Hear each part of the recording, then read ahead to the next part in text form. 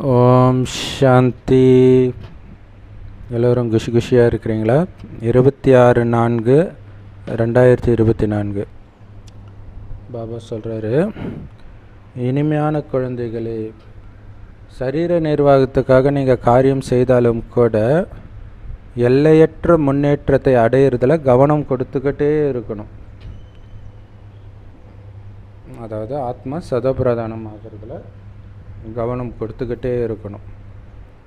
நீங்கள் எந்த அளவுக்கு இந்த எல்லையற்ற படிப்பை நல்லா படிக்கிறீங்களோ அந்த அளவுக்கு முன்னேற்றம் அடைவீங்க.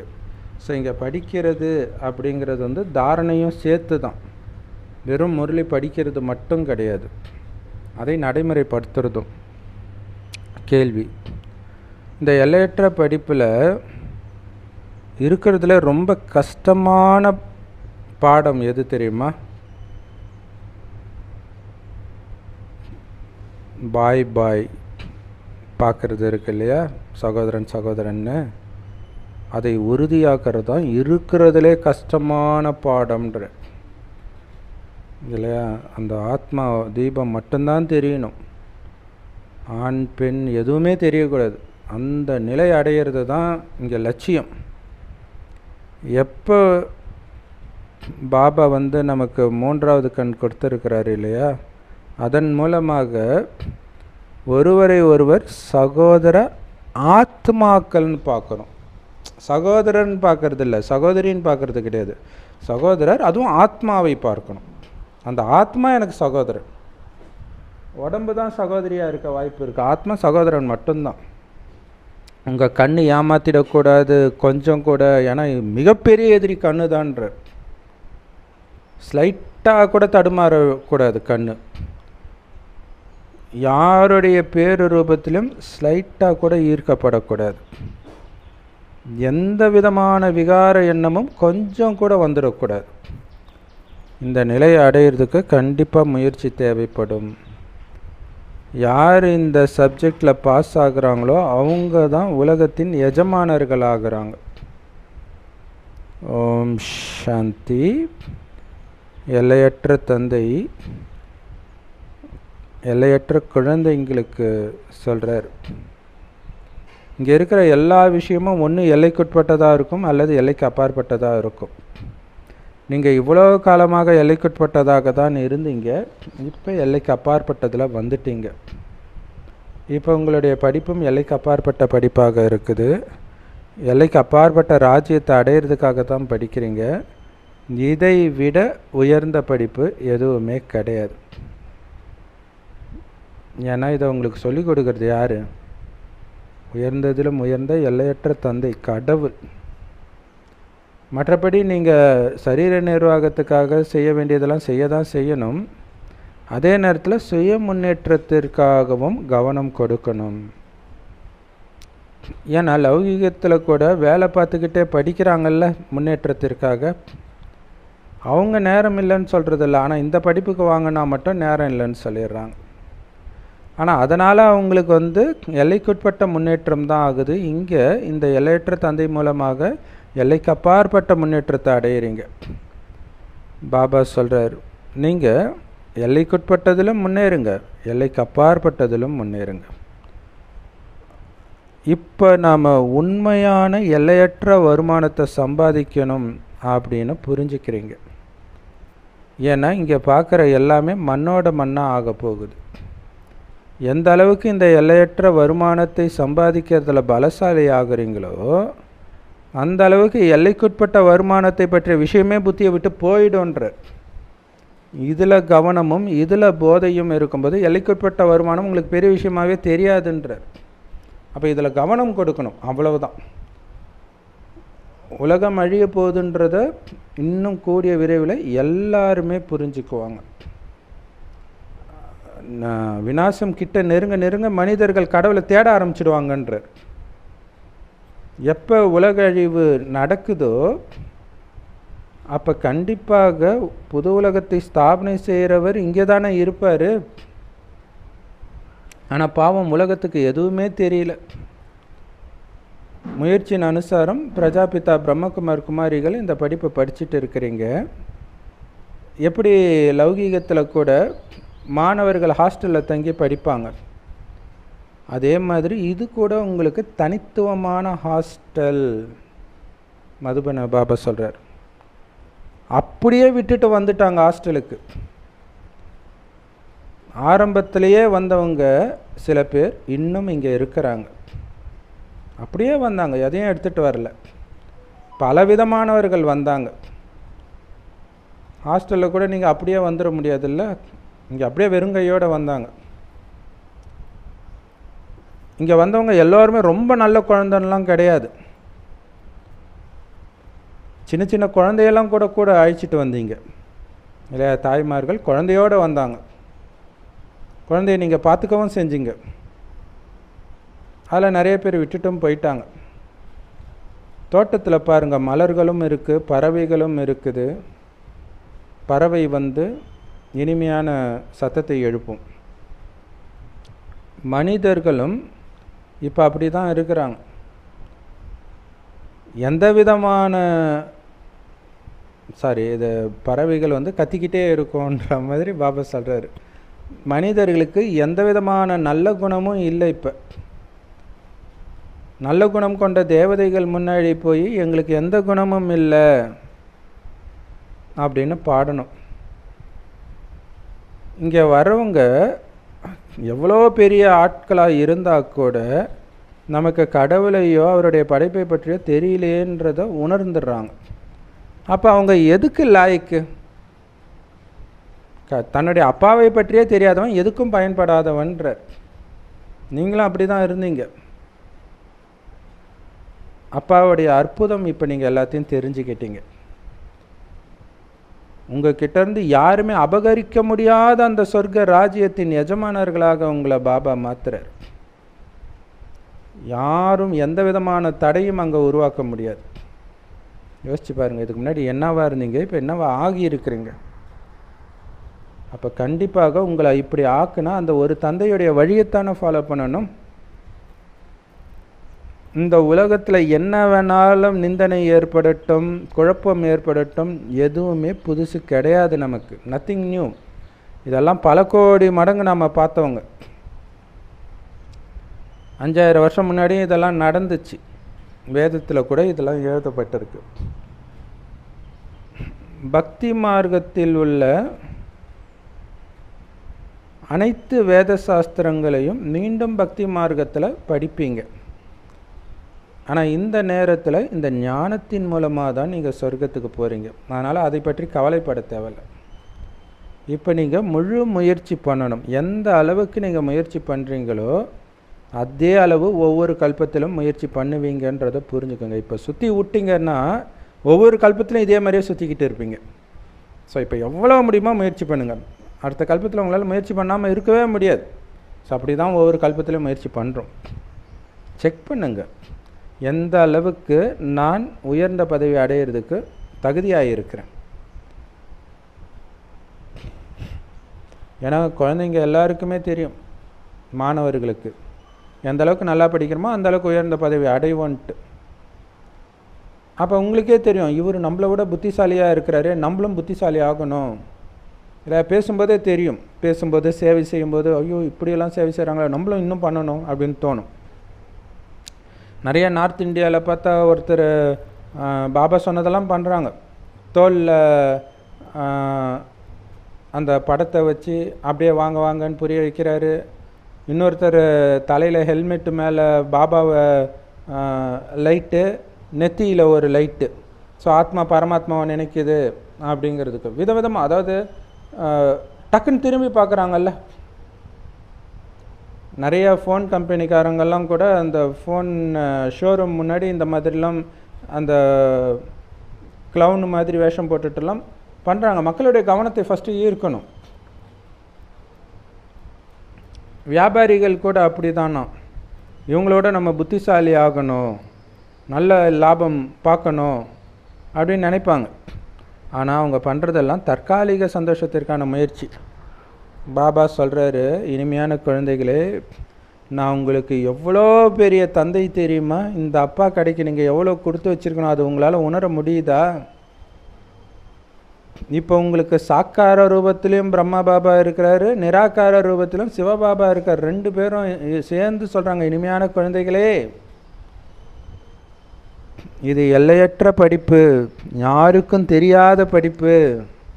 இங்கே முக்கியமான விஷயம், யார் உங்களுக்கு நடத்துகிறா? கடவுள். என்ன நடத்துகிறார்? ராஜயோகம், ராஜா ஆக்கிறதுக்கான யோகம். ஸோ ராஜா ஆகிறதுக்காக தூய்மையாக இருக்கிற நீங்கள் தான் ராஜ ரிஷிகள். மற்றவர்கள்லாம் ஹடயோகிகள், அவங்க கூட ரிஷிகள் தான், ஆனால் எல்லைக்குட்பட்டவர்கள். பெருமையாக சொல்லிக்கிறாங்க, ஏய் நாங்கள் வீடு வாசலெல்லாம் தூக்கி கடைசிட்டு வந்துட்டோம் தெரியுமா. பாபா சொல்கிறார், அது ரொம்ப நல்ல விஷயமா? நீங்களும் வீடு வாசலை விட்டுட்டு வந்தீங்க. எப்போ? விகாரத்துக்காக தொல்லைப்படுத்தும் போது வந்தீங்க. அந்த சாது சன்னியாசிகளை யாராவது தொல்லைப்படுத்தினாங்களா? உங்களை அடித்தாங்க, அதனால் நீங்கள் வீட்டை விட்டு வந்தீங்க. ஸோ கேட்டு பாருங்கள், ஒவ்வொருத்தர்கிட்டையும், ஒவ்வொரு குமாரியும் ஒவ்வொரு திருமணமான தாய்மார்களும் எந்த அளவுக்கு கல்யாணம் பண்ணிக்கோ அல்லது காமத்தில் விழுன்னு அடித்தாங்க, அடி வாங்கினாங்க. அதனால் அவங்க அதை விட்டுட்டு ஓடி வந்தாங்க. நிறைய பேர் வந்தாங்க ஆரம்பத்தில். ஏன்னா இங்கே தான் ஞான அமிர்தம் கிடைக்கிது. அதனால் லெட்டர் வாங்கிட்டு வந்தாங்க, நாங்கள் ஞான அமிர்தத்தை குடிக்கிறதுக்கு ஓம்ராதை கிட்ட போகிறோம் அப்படின்னு அப்பா அம்மா கிட்டேயோ அல்லது கணவன்கிட்டயோ லெட்டர் வாங்கிட்டு வந்தாங்க. ஏன்னா இங்கே நடக்கிற சண்டை எல்லாமே விகாரத்துக்காக தான் நடக்குது ஆரம்பத்தில் இருந்தே. எப்போ இந்த உலகமே அழியுதோ அப்போ தான் இந்த சண்டையும் முடிவுக்கு வரும். பிறகு அரை கல்பத்துக்கு இந்த பிரச்சனையே இருக்காது. குழந்தைங்க எல்லையற்ற தந்தைக்கிட்ட இருந்து இப்போ பரிசு வாங்குறீங்க, சொர்க்கத்தை பரிசாக வாங்குறீங்க.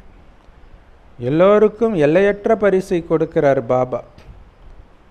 எல்லைக்குட்பட்ட தந்தை எல்லைக்குட்பட்ட பரிசு தான் கொடுப்பார். அதுலேயுமே கூட ஆண் குழந்தைங்களுக்கு தான் கொடுப்பார். ஆனால் இங்கே பாருங்க, நீ பையனாக இருந்தாலும் பொண்ணாக இருந்தாலும் 2 பேருக்கும் ஆஸ்தி அடையிறதுக்கு உரிமை இருக்குன்றார் பாபா. ஆனால் லௌகீக தந்தைக்குள்ளே இந்த பேதம் இருக்குது. ஏன்னா ஆண் குழந்தையை தான் வாரிசாக்குறாங்க. என்னதான் பெண்ணை ஹாஃப் பார்ட்னர்னு சொன்னால் கூட அதை கூட கொடுக்கறது கிடையாது. பசங்க ஏமாற்றி வாங்கிடுறாங்க. பசங்க தான் எல்லாத்தையும் பார்த்துக்கிறாங்க, அம்மா பார்த்துக்கிறது கிடையாது. ஸோ அப்பாவுக்கு மகன் மேலே தான் அவ்வளவு பற்று இருக்குது. ஏன்னா மகன் நம்மளை பார்த்துக்குவான் அப்படின்ட்டு. இந்த பாபா அப்படி பண்ணுறாரா? எல்லா குழந்தைங்களுக்கும் ஆஸ்தியை கொடுக்குறார் விதிபூர்வமாக. இங்கே விதிபூர்வமாகன்றது ஆணுக்கு தனி பெண்ணுக்கு தனி அப்படி கிடையாது, நீ பண்ணுற முயற்சிக்கு ஏற்ப. மற்றபடி இங்கே ஆண் குழந்தைக்கும் பெண் குழந்தைக்கும் வித்தியாசமே பாபா பார்க்குறதே கிடையாது. அவ்வளவு சந்தோஷத்தின் ஆஸ்தியை நீ அடையிற அப்பா கிட்ட இருந்து. இருந்தாலும் ஃபுல்லாக படிக்கிறது இல்லையே நீங்கள், இப்படிப்பட்ட படிப்பை விட்டுடுறீங்களே. பெண் குழந்தைங்க எழுதுகிறாங்களாம், பாபா இன்னார் ரத்தத்தில் எழுதி கொடுத்தாங்க பாபா, நான் கண்டிப்பாக தூய்மையாக இருப்பேன்ட்டு. ஆனால் இப்போ வர்றதில்லை பாபா. அவங்க ரத்தத்தில் எழுதுனாங்க, பாபா நீ என்னை நேசித்தாலும் என்னை எட்டி உதைச்சாலும் நான் உன்னை விட்டு போக மாட்டேன்னு எழுதி கொடுத்தாங்க. பாபா கிட்டேருந்து பாலனையை கூட வாங்கினாங்க, ஆனால் விட்டுட்டு போயிட்டாங்க. பாபா புரிய வைக்கிறார், இது எல்லாமே நாடகம் குழந்தை. இந்த ஞானத்தை கண்டு அதிசயித்தவர்களெல்லாம் விட்டுட்டு போயிட்டாங்க. இங்கே உட்காரும்போது நிச்சய புத்தி இருக்குது, இப்படிப்பட்ட எல்லையற்ற தந்தையை நான் எப்படி விட்டுட்டு போவேன்ட்டு. இது படிப்பு. பாபா உத்தரவாதம் கொடுக்குறார், நான் உன்னை கூடவே அழிச்சிட்டு போகிறேன்ட்டு. தங்க யுகத்தில் இப்போ இருக்கிற மாதிரி இத்தனை மனிதர்கள்லாம் கிடையாது. ஆனால் இப்போ சங்கம் யுகத்தில் எல்லாருமே வந்துட்டாங்க இந்த பூமியில். சங்கம் யுகம் நடக்கும் பொழுது தங்க யுகத்தில் ரொம்ப கம்மியானவங்க தான் இருப்பாங்க. மற்ற தர்மத்தை சார்ந்தவர்கள் இருக்க மாட்டாங்க சொர்க்கத்தில், சத்தியுகத்தில். ஸோ அதற்கான ஏற்பாடு இப்போ நடந்துட்டு இருக்கிறத பார்க்குறோம்ல. அணுகுண்டெல்லாம் தயாரிக்கிறாங்க எல்லாரையும் மேலே அனுப்புறதுக்கு தான். நீங்கள் உங்களுடைய உடலை விட்டுட்டு ஆனந்தமாக பரந்தாமத்துக்கு போயிடுவீங்க. உங்களுடைய கர்ம கணக்கை முடிச்சுட்டு எங்கேருந்து வந்தீங்களோ நடிக்கிறதுக்கு அங்கேயே போயிடுவீங்க பரந்தாமத்துக்கு. பிறகு வந்து சொர்க்கத்தில் நடிப்பீங்க. வெளியில் நடக்கிறது 2 மணி நேரத்துக்கான மேடை நாடகம். இது எல்லைக்கு அப்பாற்பட்ட நாடகம். 5000 வருஷம் நடக்குது. நாம் அந்த பரந்தாம வீட்டில் வசிப்பவர்கள், ஆத்மாக்கள், ஒரு தந்தையுடைய குழந்தைகள். நம்முடைய வீடு அந்த நிர்வாண தாமம், சத்தத்தை கடந்த இடம். எந்த சத்தமும் அங்கே இருக்காது. நிறைய பேர் சொல்லுவாங்களே, வீட்டில் சத்தம் போடாதீங்க, டிவி போடாதீங்கன்னா போடா காட்டுக்கு போடான்னுவாங்க. ஆனால் உண்மையில் எங்கே போகணும்? சாந்தி தாமத்துக்கு போகணும். அங்கே தான் சத்தமே இருக்காது. மனிதர்கள் நினைக்கிறாங்க மனிதர்களால் பிரம்மத் மகா தத்துவத்தில் கலந்துட முடியும் அப்படின்ட்டு. ஆனால் பாபா சொல்கிறாரு, அது எப்படி கலக்கும்? ஆத்மா தான் அழிவற்றதாச்சே. கலக்குதுன்னா அழியிறதுன்னு ஆயிடுமே. ஸோ இங்கே இருப்பவர்கள் ஜீவாத்மாக்கள், உடலில் இருக்கிறீங்க. உடல் மூலமாக அழிவற்ற ஆத்மா தன்னுடைய பாகத்தை நடிக்குது. எல்லா ஆத்மாவும் இந்த நாடகத்தில் நடிக்கிற நடிகர்கள். அனைத்து ஆத்மாக்களின் வீடு அந்த பிரம்மாண்டம். ஆத்மா ஒரு முட்டை வடிவத்தில் இருக்குது. ஸோ அந்த முட்டை வடிவத்தை தான் சிவலிங்கமும் மேலே வச்சுருக்கிறாங்க இல்லையா? பிரம்மாண்டம் ஆத்மாக்களுடைய வசிப்பிடம். ஸோ எல்லாத்தையும் மிக தெளிவாக புரிஞ்சிக்கணும். அப்படி ஒருவேளை உங்களுக்கு இப்போ புரியலைன்னா கூட போக போக இந்த ஞானத்தை கேட்க கேட்க தானாகவே புரிஞ்சிக்குவீங்க. இல்லை எடுத்தோடனே எல்லாம் புரியாது. முதல்ல வரவங்களுக்கு டக்குன்னு புரியாது. ஏன்னா முதல்ல வரவங்களுக்கும் இதே முரளி தானே. ஒரு சில விஷயங்கள் புரியாது, கேட்க கேட்க புரிய ஆரம்பிச்சிடும். ஆனால் ஒருவேளை கேட்பதற்கு வரதே நிறுத்திட்டாங்கன்னா அவங்களால எதுவும் புரிஞ்சிக்க முடியாது. எத்தனை வருஷத்து பாபா குழந்தையாக இருந்தாலும் வரதை நிறுத்திட்டா அவ்வளோதான், முடிஞ்சு போச்சு. இந்த பழைய உலகம் அழிய போகுது, புது உலகம் ஸ்தாபனை ஆகிட்டு இருக்குது. பாபா சொல்றார், நேற்று நீங்கள் உலகத்தின் எஜமானர்களாக இருந்தீங்க, மீண்டும் ஆகிறதுக்காக வந்திருக்கிறீங்க. ஒரு பாட்டு கூட இருக்குது. பாபா எங்களை எந்த அளவுக்கு உயர்ந்த உலகத்தின் உயர்ந்த எஜமானரை ஆக்குறார் அப்படின்னா, அந்த உயர்ந்த ராஜ்யத்தை யாருமே எங்ககிட்டேருந்து அபகரிக்க முடியாது. விண்ணுக்கும் மண்ணுக்கும் அதிபதியாக நாம் இருப்போம். இது பைபிளில் இருக்குது, விண்ணுக்கும் மண்ணுக்கும் உன்னை அதிபதியாக்குனேன்ட்டு. ஆனால் இந்த உலகத்தில் என்ன இருக்குது பாருங்கள், எல்லாமே சுயநலமிக்கவர்களாக இருக்கிறாங்க. அந்த மாதிரிலாம் அங்கே இருக்காது. லௌகிக தந்தை சொல்கிறாரு இல்லை, நான் உனக்கு எல்லா சொத்தையும் விட்டுட்டு போகிறேன், எல்லாத்தையும் நல்லா பார்த்துக்கோன்ட்டு. அதே மாதிரி தான் பாபாவும் சொல்கிறார், நான் உங்களுக்கு அனைத்து சொத்தையும் கொடுக்குறேன். என்னை தூய்மையான உலகத்துக்கு அழைச்சிட்டு போகிறதுக்காக தான் என்னை கூப்பிட்டீங்க. அதனால் கண்டிப்பாக உங்களை தூய்மையாக்கி அந்த தூய்மையான உலகத்தின் எஜமானரை ஆக்கிடுவேன். எவ்வளோ யுக்தியாக பாபா புரிய வைக்கிறார், அதோடு சேர்த்து கம்பேர் பண்ணி புரிய வைக்கிறார். இது சகஜ ஞானம் மற்றும் சகஜ யோகம். வினாடிக்கான விஷயம். வினாடியில் முக்தி ஜீவன் முக்தி அடையிறீங்க. ஸோ இப்போ எவ்வளவு விசால புத்தி, தொலைநோக்கு பார்வை கொண்டவர்களாக ஆகியிருக்கிறீங்க இல்லையா? ஒரு வினாடியில் யோசிச்சு பாருங்களாம், எவ்வளவு தூரனே கற்பனை கெட்டாத தூரத்தில் இருக்கிற பரந்தாமம் உங்கள் புத்தியில் இருக்குது. இப்போ இல்லவே இல்லாத சொர்க்கம் உங்கள் புத்தியில் இருக்குது. தூரத்தில் இருக்கிற சூக்ஷ்மவதனம் உங்கள் புத்தியில் இருக்குது. ஆனால் இப்போ இருக்கக்கூடிய கண்ணுக்கு எதிர இருக்கக்கூடிய கலியுகத்து வாழ்க்கை உங்கள் புத்தியில் இல்லை. அதான் தொலைநோக்கு பார்வை. இப்போ நம்ம எல்லோருக்குமே லாங் சைட்டு தான், ஷார்ட் சைட்டே கிடையாது. நாம் அந்த எல்லையற்ற தந்தைக்கிட்ட படிச்சுட்டு இருக்கிறோன்றதை நினச்சிக்கிட்டே இருக்கணும். நமக்காக நம்ம ராஜ்யத்தை ஸ்தாபனை பண்ணுறோம், யாரோ ஒருத்தருக்காக கிடையாது. சேவை செய்கிறதாகட்டும், படிக்கிறதாகட்டும், எல்லாமே நமக்காக தான் பண்ணுறோம். ஸோ நமக்காக நாம் ராஜ்யத்தை உருவாக்குறோன்னா அந்த ராஜ்யத்தில் நான் ஏன் ராஜாவாகக்கூடாது? எல்லோரும் சேர்ந்து தான் அந்த ராஜ்யத்தை உருவாக்குறோம். ஆனால் யார் வேணாலும் ராஜா ஆகலாம். அப்படி இருக்கும்பொழுது ஏன் ஆகக்கூடாது? எதுக்கு கம்மியான பதவி அடையணும்? அப்போ நல்லா படித்தா, பாபா சொல்கிற மாதிரி நடந்தால், பாபா நினைவிலிருந்து விகாரத்தை முற்றிலும் அழித்தா ராஜா ஆயிடலாம். இங்கே ராஜ்யம் ஸ்தாபனை ஆகுதுனாலே என்ன அர்த்தம்? எல்லா விதமான பதவிகளும் அங்கே இருக்கும். வேலைக்காரிகள் இருப்பாங்க. ராஜ்யத்திலே ராஜாவுக்கே நிறைய தாசதாசிகள் இருப்பாங்க. அவங்களும் நிறைய சந்தோஷத்தை அனுபவிப்பாங்க.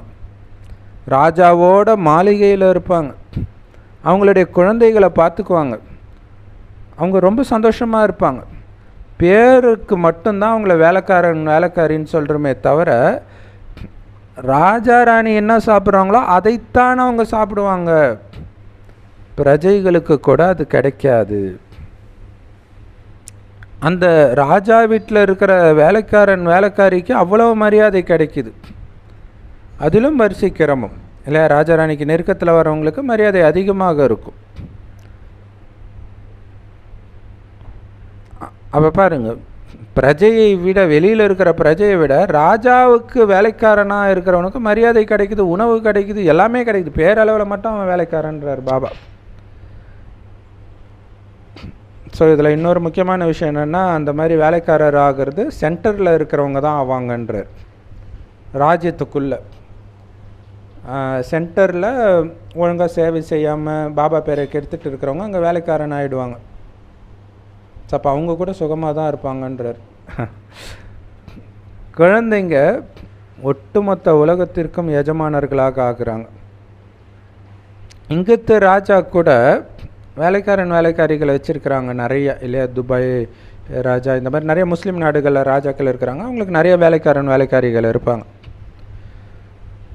எப்போ இளவரசர்கள் ஒருவரை ஒருவர் சந்திச்சுக்கிறாங்களோ அப்போ நல்ல அலங்கரிக்கப்பட்ட கிரீடத்தை அணிஞ்சு வருவாங்களாம். கரெக்டு தானே? எப்பயும் அணிஞ்சு இருப்பாங்க. அதுவும் யோசிக்க வேண்டிய விஷயம் இல்லையா? ஸோ அப்போ ஒருவர் சந்திக்க வரும்பொழுது அந்த நல்ல அலங்கரிக்கப்பட்ட கிரீடம் அணிஞ்சு வருவாங்களாம்.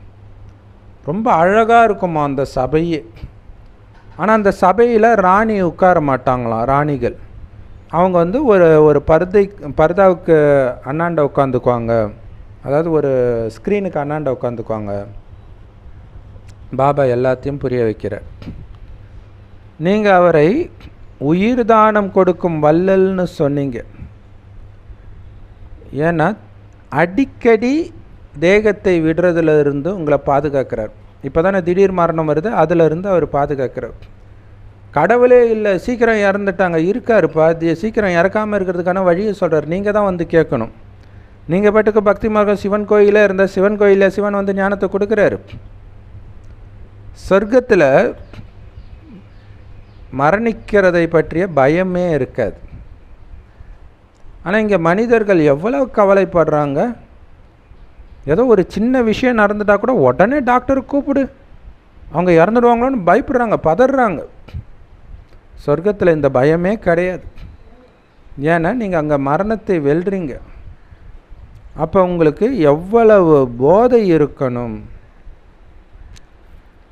உங்களுக்கு இந்த ஞானத்தை கொடுக்கிறவரை நினைவு பண்ணிக்கிட்டே இருங்க.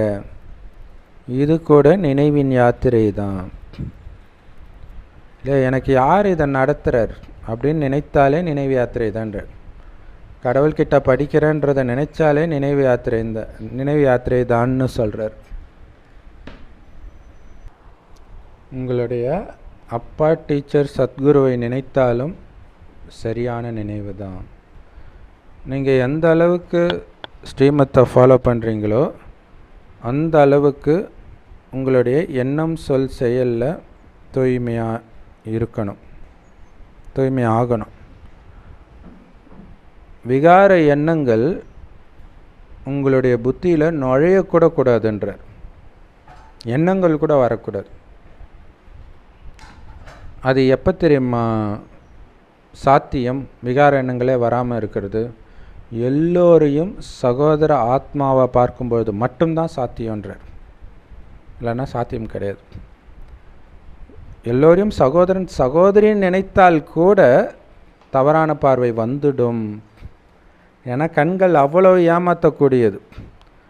அதனால தான் பாபா உங்களுக்கு 3வது கண்ணை கொடுத்துருக்கார். 3வது கண்ணை யூஸ் பண்ணுங்க. மூடி வச்சுக்கிறதுக்காக 3வது கண்ணு கொடுத்துருக்கிறாரு, ஞானம்ன்ற 3வது கண்ணு. அதன் மூலமாக பார்த்தா தான் ஆத்மா தெரியும். உங்களை ஆத்மான்னு வந்து ஒருவரை ஒருவர் சகோதரர்னு நினைவு பண்ணுங்க.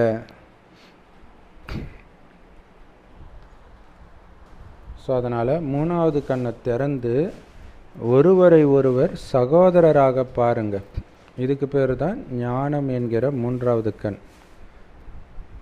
சகோதரன் சகோதரின்ற பார்வையில் கூட நீங்கள் விழுந்துடுறீங்க. அதனால தான் பாபா இன்னொரு யுக்தியை உருவாக்குறார்.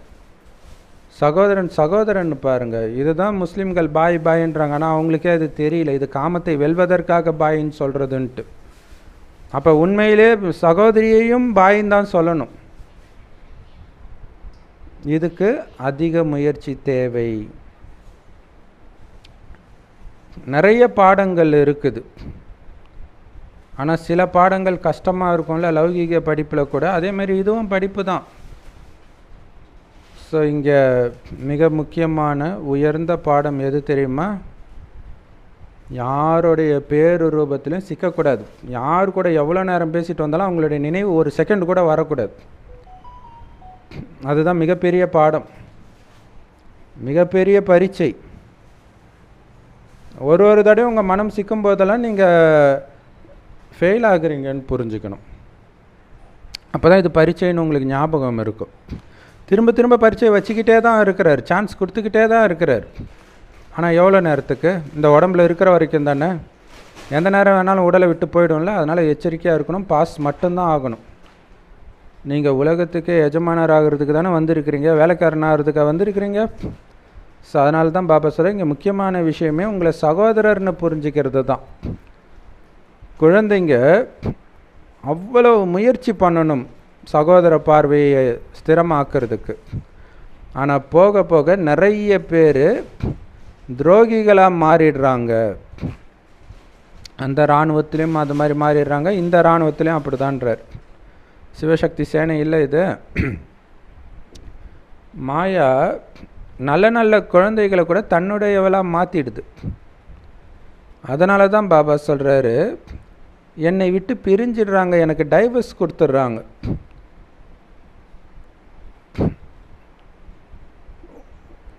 உண்மையிலே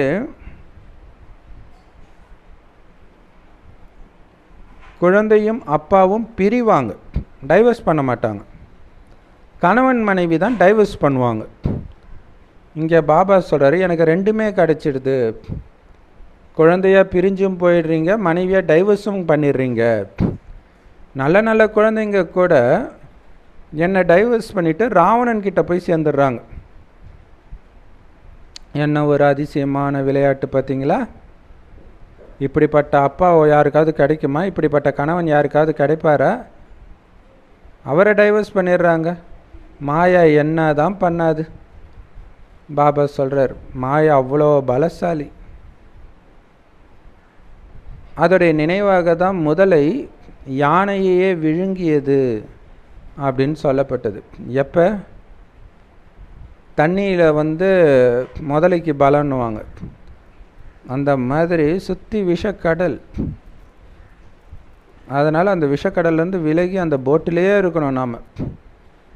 நிறைய பேர் நிறைய தப்பு பண்ணுறீங்க. எப்போ அப்பா சொல்கிற பேச்சை கேட்கலையோ, அப்பா பேச்சுக்கு மரியாதை கொடுக்கலையோ, அப்போ மாயா உங்களை பச்சையாக விழுங்கிடுதுன்ற.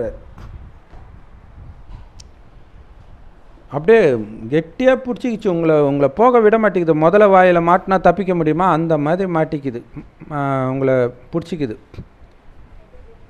நானும் எவ்வளவு தான் சொல்கிறேன் அந்த பக்கம் போகாதன்னு மறுபடியும் போகிற விழற, மாயை அடிச்சிடுச்சு பாப்பான்னு வந்து புலம்புற. இன்னும் எவ்வளோ தான் நான் சொல்ல போகிறேன்? இங்கே முக்கியமான விஷயமே அல்ஃபா.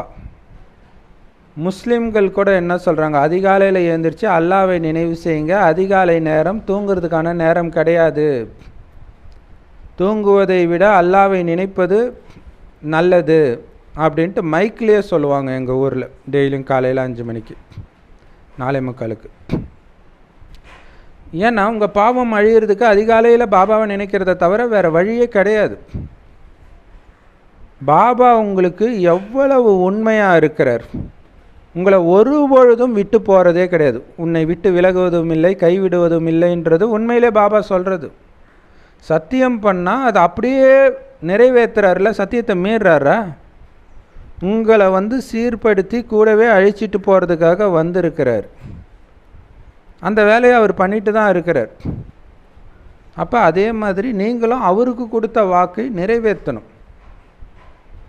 எப்போ நீங்கள் நினைவு யாத்திரையிலே இருக்கிறீங்களோ அப்போ தான் நீங்கள் சதப்பிரதானமாக முடியும். நீங்கள் அடுத்த பக்கத்துக்கு போகிறதுக்காக இங்கே சேமிச்சிட்டு இருக்கிறீங்க இல்லையா? அடுத்த பக்கம்னா என்ன? அடுத்த கரைக்கு, அங்கே சொர்க்கம், அந்த கரையில் சொர்க்கம், இந்த கரையில் நரகம். ஸோ இங்கேருந்து போய்கிட்டு இருக்குது படகு, போகும்போதே சேர்த்துக்கிட்டே இருக்கிறோம் பாபா நினைவில் இருக்க இருக்க. பாபா சொல்கிறாரு, எந்த அளவுக்கு என்னை நினைவு பண்ணுறீங்க, எந்த அளவுக்கு சேவை செய்கிறீங்கன்னு கணக்கு வைங்க. எப்போ ஒரு வியாபாரி கணக்கில் நஷ்டம் வர்றதை பார்த்துட்டாருன்னா உடனே எச்சரிக்கையாகிடுவார். அதே மாதிரி நீங்களும் எச்சரிக்கையாக இருக்கணும், நஷ்டமே இருக்கக்கூடாது. அப்படி நஷ்டம் இருந்துச்சுன்னா கல்பத்துக்கும் நஷ்டமாயிடும் குழந்தை. மிகப்பெரிய எச்சரிக்கை கொடுத்துருக்கிற பாப்தாதாவுக்கு அன்பு நினைவுகள் மற்றும் காலை வணக்கம். பாபா சொல்கிறாரு, உங்களுடைய எண்ணத்தில், வார்த்தையில், செயலில் தூய்மையாகுங்க. உங்களுடைய புத்தியில் எந்த விதமான விகார எண்ணமும் வரக்கூடாது. அதுக்கு நீங்கள் பண்ண வேண்டிய பயிற்சி, ஆத்மாக்களாகிய நாங்கள் சகோதரர்கள், சகோதர ஆத்மாவை பார்த்து பேசிகிட்டு இருக்கிறேன். என்கிட்ட பேசுகிறது சகோதர ஆத்மா தான் பேசுது, உடம்பு கிடையாது, அது பணம். யாருடைய பேரு ரூபத்திலும் சிக்கக்கூடாது. பாபா எப்படி கொடுத்த வாக்கை நிறைவேற்றுறதுல உண்மையாக இருக்கிறாரோ, உங்களை சீர்படுத்தி கூடவே அழிச்சிட்டு போகிறாரோ, அதே மாதிரி நீங்களும் உண்மையாக இருக்கணும். பாபா கிட்ட இருந்து பிரிஞ்சு போகிற குழந்தையாகவோ டைவர்ஸ் பண்ணுற மனைவியாகவோ மாறக்கூடாது. வரதானம் பாபா சொல்கிறாரு, சகஜ யோகியாகி சதா லேசாக பாபாவுடைய கண்களில் நிரம்பியவராக ஆகிடுங்க. அதுக்கு விளக்கம், இந்த சங்கம யுகத்தில் உங்களுக்கு சந்தோஷத்தின் சுரங்கமே கிடச்சிருக்குது. இது வேறு எந்த யுகத்திலையும் கிடைக்காதுன்றார். இப்போ கிடைக்கிற சந்தோஷம் உங்களுக்கு சத்தியுகத்தில் கூட கிடைக்காதுன்றார். ஜென்ரலாக சொல்லுவாங்களே, குழந்தை பருவத்தை தவற விடாதீங்க, குழந்தை பருவம் தான் சந்தோஷமான பருவம், ஸ்கூல் பருவம் தான் ரொம்ப சந்தோஷமான பருவம்னுவாங்க. அது உண்மைதான் லௌகீகத்தில் கூட. அந்த மாதிரி ஆத்மாவுடைய குழந்தை பருவம் இந்த சங்கம யுகம். இப்போ கிடைக்கிற சந்தோஷம் எப்பவும் கிடைக்காது. ஏன்னா இங்கே நீங்கள் அப்பாவை சந்திக்கிறீங்க, ஆஸ்தியை அடையிறீங்க, அப்பா கிட்ட வரதானத்தையும் அடையிறீங்க. ஆஸ்தியை அடையிறதுலையோ வரதானத்தை அடையிறதுலையோ எந்த விதமான கடின உழைப்பும் கிடையாது இல்லையா? உங்கள் அப்பாவுடைய ஆஸ்தி உங்களுக்கு அப்படியே கிடைச்சிடும். நீங்கள் கஷ்டப்பட்டு உழைக்கிறீங்களா? ஆனால் இன்றைக்கி அது கூட கிடைக்க மாட்டேங்குது. கூட பிறந்தவங்க துரோகம் பண்ணிடுறாங்க. அது தன்னுடைய சொத்தையே அவன் கஷ்டப்பட்டு தான் அடைய வேண்டியதாக இருக்குது இப்போ இல்லையா? அப்பா பேர்லேருந்து அந்த சொத்தை மாற்றுறதுக்கு அவன் போய் மாற்றுறதுக்கு ரெஜிஸ்டர் பண்ணுறதுக்கே லட்சக்கணக்கில் செலவு பண்ணணும், தன் சொத்தை அடையிறதுக்கே.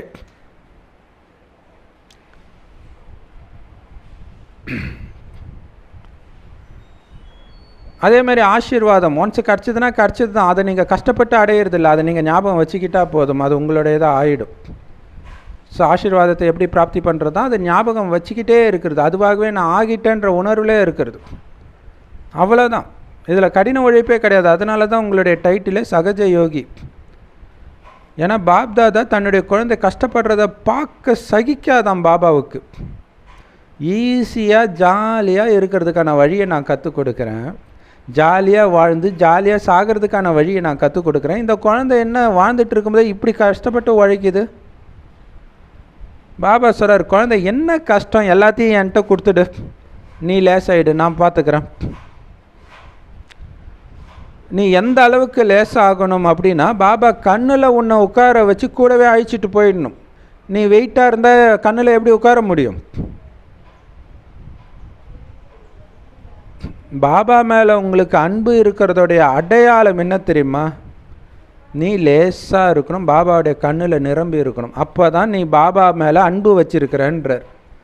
எவ்வளோ சூப்பர் பார்த்தீங்களா? நீங்கள் மற்ற விஷயத்தை பற்றி கவலைப்பட்டாலே பாபா மேலே உங்களுக்கு அன்பு இல்லைன்றார். எல்லாத்தையும் பாபா கிட்ட கொடுத்துட்டு அப்படியே லேசாக இருக்கணும். பாபா கண்ணுக்குள்ளேயே நான் இருக்கிறேன்னு இருக்கணும்.